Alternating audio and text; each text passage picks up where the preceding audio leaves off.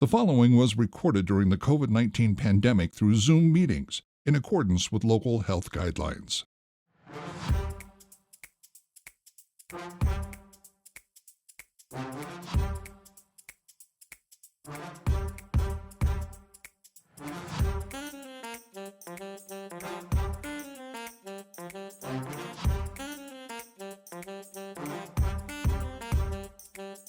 Hi, I'm Mike Maloney, and welcome to this special CSRM podcast series exploring the book Sports Outreach Fundamentals by Dr. Greg Linville. Joining Dr. Linville is Dan Stoffer and Andrew Fouts. If you would like to purchase your own copy of Dr. Linville's book, visit our store at csrm.org.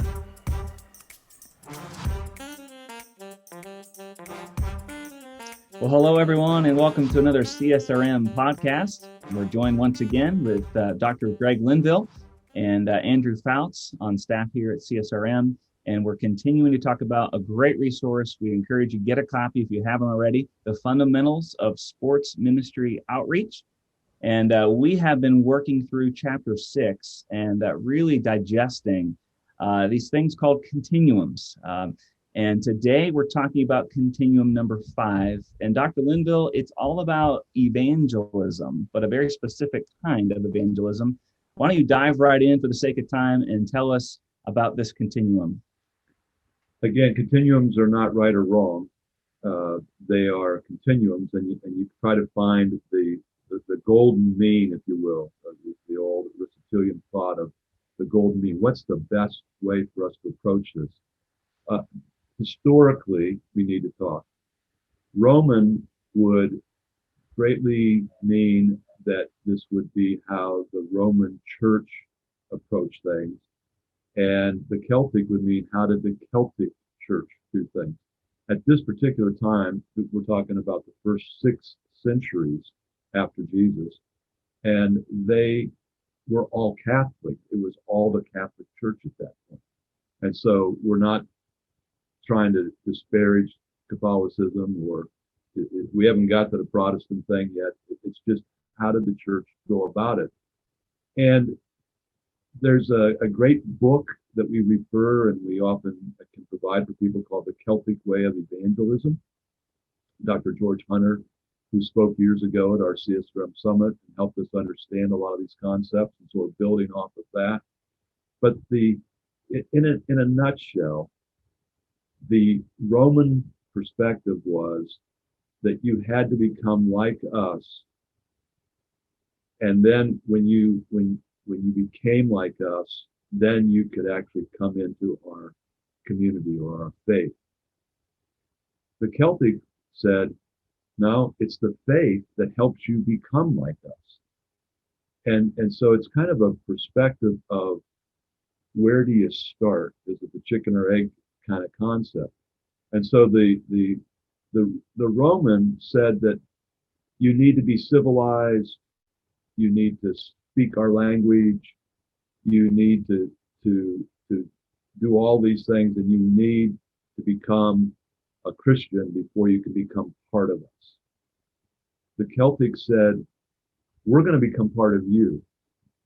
We're going to come to your community. We're going to engage in what you engage in. And we're going to live our life in such a way as that maybe you can see something that's attractive. And then seeing that, maybe you'll start to ask us questions. Why do you do that? And that gives us an opportunity then to share our faith. And you are already part of our community. You haven't made a profession of faith. You haven't become baptized. You haven't done any of those things. But you're part of us. We're part of you. And it's out of that then that you start your faith and you come to believe. It goes back to what we talked about a couple of weeks ago, the 5 B's, that you belong before you believe. And that was the Celtic belief. Now, in that sense, I'm thinking that the Roman and Celtic continuum, the Celtic was a little more right, if you will. But it's not totally right in that the Roman says there does have to be a time that you actually make this commitment, and you're not just part of our community, but you actually have to go deep in your faith. You have to start it and go deep. So yeah, that's a little bit of it. What other questions do you have? I think you already pointed out, a continuum is not something where there's a right or a wrong necessarily. It's one that we want to find that middle ground. Yeah, we are big on the evangelistic disciple making, the 5 Bs, which is definitely more Celtic in its style. But we also understand there's definitely, certain situations where it's the Roman style has to be there. I think, the difference between a sports ministry and a church and somebody that's doing maybe sports ministry and like a correctional system style of doing things, a church probably needs to be leaning more Celtic. Whereas if you're in a correctional style, you're probably going to need to lean more Roman. It all again goes back to, the strategically relevant style of your evangelism. It's not that, even though we are very big on the 5 Bs and belong before belief, we do understand also that there are times where you do have to have some signs of change before we can really let you fully experience what we have going on. Well, it also helps us understand, all of that is correct, Andrew. It also helps us understand the role of the sports minister or the ministers of the church. The Roman perspective is more that they're a chaplain or an administrator or a CEO. They're running and organizing a church. But for the Celtic, they're an evangelist. They're the person who's going out, and they're more of a shepherd or a reformer. The Roman perspective is more that they have a citadel or a fortress, and come and join us. We dare you, almost. Whereas the Celtic is, they're already in the marketplace. They don't have that facility. And so now think about your church, my church. Let's think about churches. Oftentimes we have that fortress mentality. Sometimes our churches have even been built like that. In the Martin Luther hymn, all those kinds of things that, and Martin Luther's a great reformer, don't get me wrong, don't send me letters. But, the idea here is that, are we building this place that is of retreat and you've got to come out of the world? Or are we going into the world? Is your church encouraging your people to come to church or go be the church? And that's the difference here. And so we need to be more of that evangelist, that shepherd, more than that priestly administrator or chaplain. We need to go into the marketplace, and it's got to be earthly. When the Celtic evangelists went in and they weren't getting any fish out of the river, they went down and blessed the river. They prayed that the Lord would give the river fish so that they could eat. It's very earthly. And it's neat to think about how many angels can dance on the head of a pin. But most people are like, what? I just, maybe more, I'd rather learn how to ballroom dance. And that's part of how you can use your athletic facilities sometimes. And Greg, one of the differences too is about how we impact culture. And so kind of break down the difference there, how the culture is supposed to be impacted and change between both of those different ways of evangelism. It's a great point and great insight, because when we talk about this, we talk about Reformation in two ways: reforming the individual so that they actually are transformed. They come to a faith in Christ and they become a dedicated disciple over a lifetime. And then it's through them that society becomes reformed. And so we often think about, are we trying to reform or transform the sports culture or the sports person? Well, it's both. But it starts with the person. You can't reform the culture without having people that are reformed. And this is where we really start to see it happening. And the more that we can produce athletes and coaches that go into the system and say, I'm going to do this and I'm not going to do that, we're starting to reform the system. And that's so important. And obviously the Celtic is going right into the world and transforming it through transformed people. And so, on a very practical level, if you have a sports ministry and you are more Celtic in your efforts, you may have teams that go into a city league. Tell us more about that, because there may be a lot of people right now. They've done a great job. They've got leagues, they've got camps happening on their campus, and it's really their people, or it's come to the church and be a part of our league. Tell us about going out into a more secular league in this Celtic way of evangelism. One of the churches that we worked with in the Pacific Northwest of the United States, they started in March, and they had a draft for their softball league. And it's based upon a you and who. You are the person. Who is the person that you're going to recruit? You can't play on a team if you don't recruit somebody. So they play the whole summer. They go into this league, they play the whole summer. And then they would go to a fall, like in September for 4 weeks. They would go to different parks, and they would have a thought for the day, a vesper.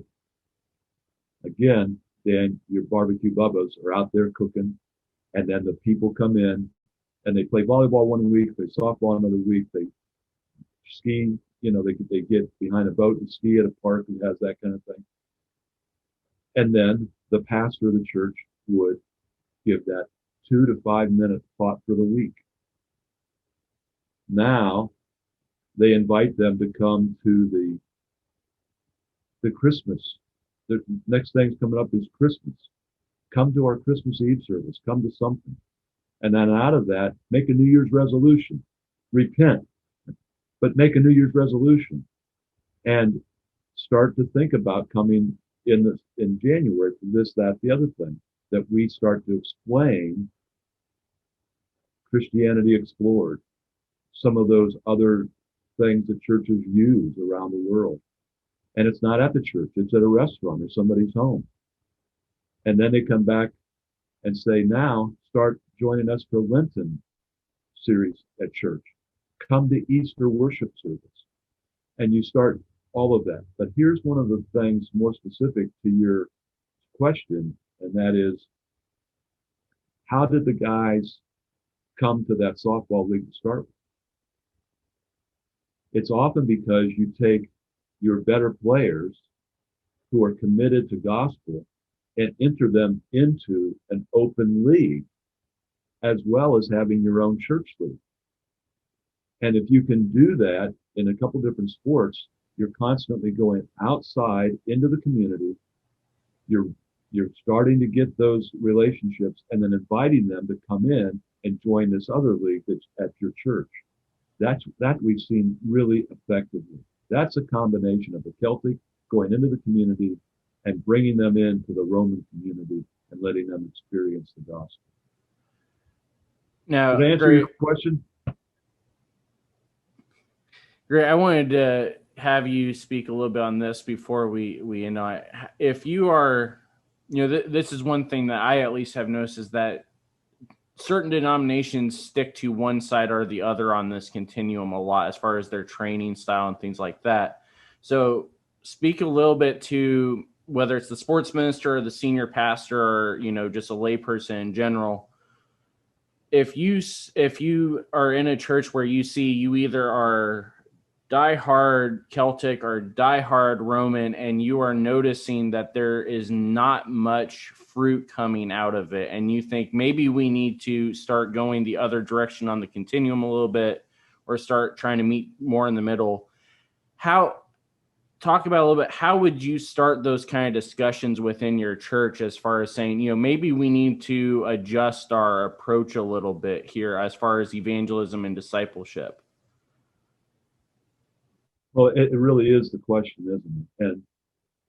And the reason that we use the terminology evangelistic disciple making is because it's a both going and it's also a bringing or developing, and it's not an either or.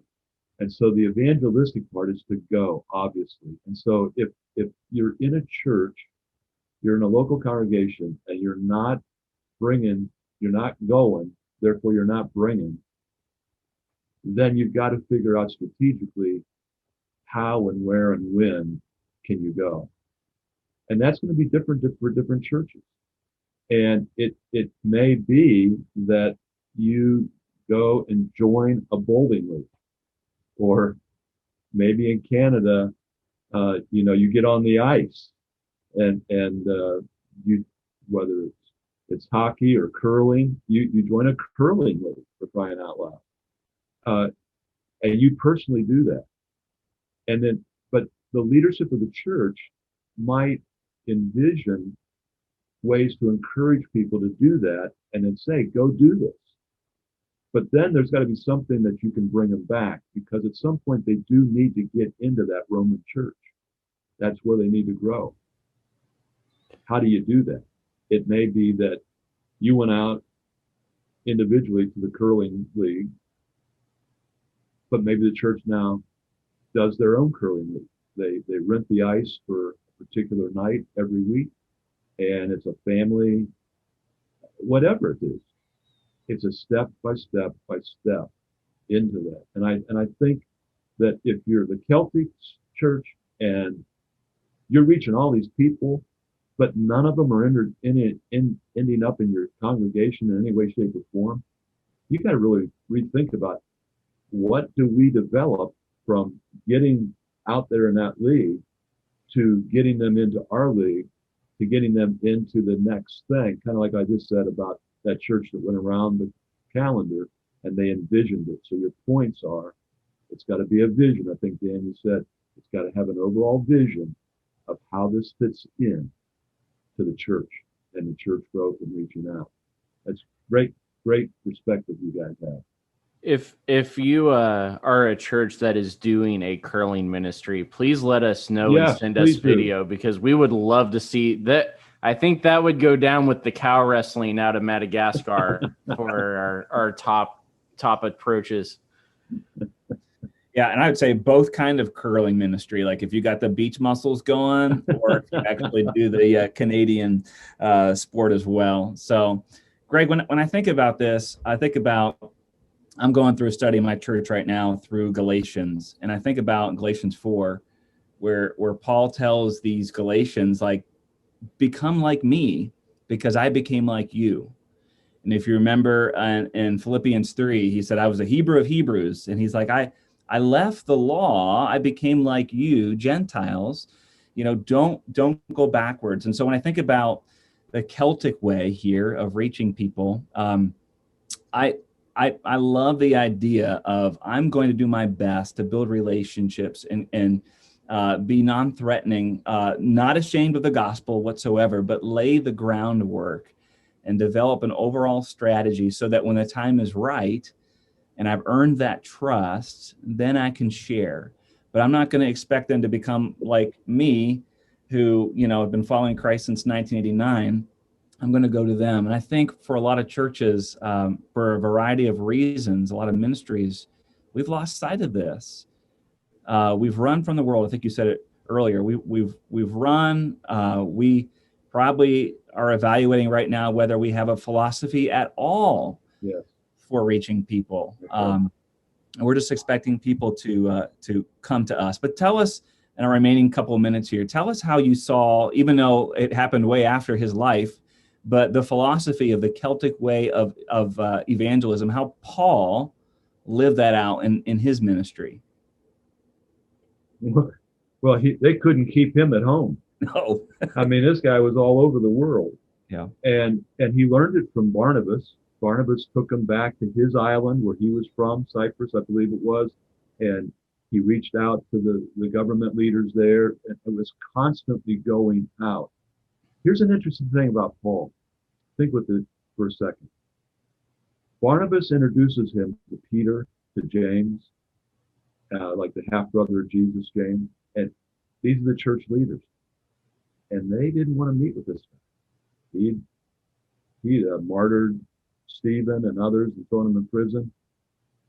And they kind of do it because Barnabas says to do it. But then they say, go back to seminary, go learn how to do this.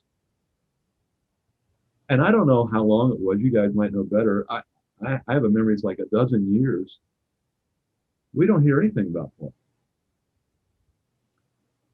And there is no biblical or extra biblical records of any person or any church or anything that Paul did for the gospel. There's no record of anything that happened during that time. When did it start? When Barnabas went up to Tarsus, found Paul, and said, I got a church for you. It's in Antioch. And it wasn't until he mentored and tutored Paul that Paul began to be able to go do what he did. And now, think about all the churches, all these books, Philippi, Colossae, all these places that he wrote to, because he started churches there. The people, Timothy and Titus and all these people that he wrote to, because that's when Paul took off, because he learned from Barnabas this Celtic way of not just staying at the temple in Jerusalem and everybody come, the attractional model, but the go model. And he learned it from Barnabas, and he mastered it. And even though they split, and that's another thing we can talk about, but the truths that Barnabas passed on to Paul, and that he passed them on to who? All these guys. We can't pronounce their names, but spell them. Epaphroditus and Aristarchus, and who knows? But they were all these people, and he went to them. I don't know. Did I answer your question on that one? Yeah, I think it's good. I think it's fascinating to look through the New Testament and just kind of see after Christ went back up to be with the Father, Yeah. and the church just took off, and it was because of a philosophy like this. And you're exactly right. Paul received this way of ministry, this philosophy, and it took off, and he poured into people, and he understood culture, and he leveraged culture in order to reach people. And that's what this continuum is all about. And Dan, let me grab hold of one thing. Yes, yep. Because another reason why it spread, sometimes the people at Jerusalem, they didn't want to go out. Yeah. They wanted to remain Roman. And a persecution came, and it sent them out. And then, how did that church in Antioch come together? When you look at that, it was from the people that were coming from these various places in the world, that somebody, because of the persecution, had gone out and reached, and then they came back and got their training, so to speak, at Antioch. And I think we're speaking to a lot of places in our country and a lot of places in our world right now. Yes. That the persecution is that God is sending out the Pauls and the Barnabases to the world. And we've got even some of our own staff people that have been thrown out of their countries, indigenous folks. So even persecution, God won't let his church stay in that fortress. Amen. And if we don't want persecution, then we should get out of the church. Get out and go. Get out of the physical church buildings. Absolutely. Oh yeah, man, I just opened up a big can of worms. No, it's good. It's really good. And Jesus said that we should expect persecution, and we're blessed when we receive it, though we might not feel like it in the moment, but that we should expect trouble in this world. But he's overcome. And I think this is a great kind of motivation for us as we think about, especially the last 12 months in our entire world. Yeah.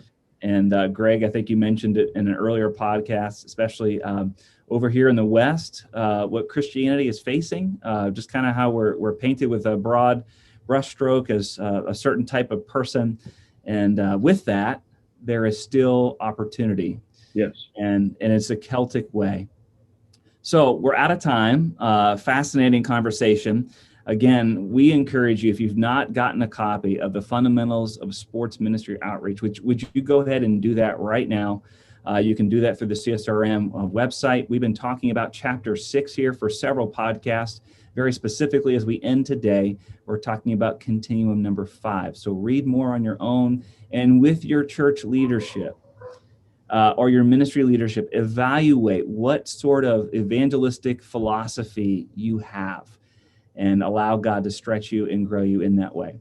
Dr. Linville, thank you so much. Andrew, thank you so much. On behalf of CSRM, everyone, we'll see you next time. Take care. Bye-bye. If you would like to purchase your own copy of Dr. Linville's book, visit our store at csrm.org. The CSRM podcast is a production of the Association of Church Sports and Recreation Ministers and their video production house, Overwhelming Victory Flix.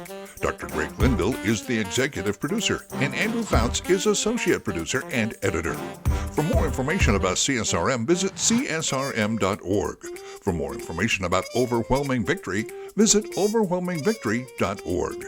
The CSRM podcast is the flagship member of a new podcast network called Overwhelming Victory Radio. For more information on Overwhelming Victory Radio or to listen to our partner podcasts, visit overwhelmingvictory.org/OV radio. For CSRM Podcasts, I'm Mike Maloney. Have a blessed day.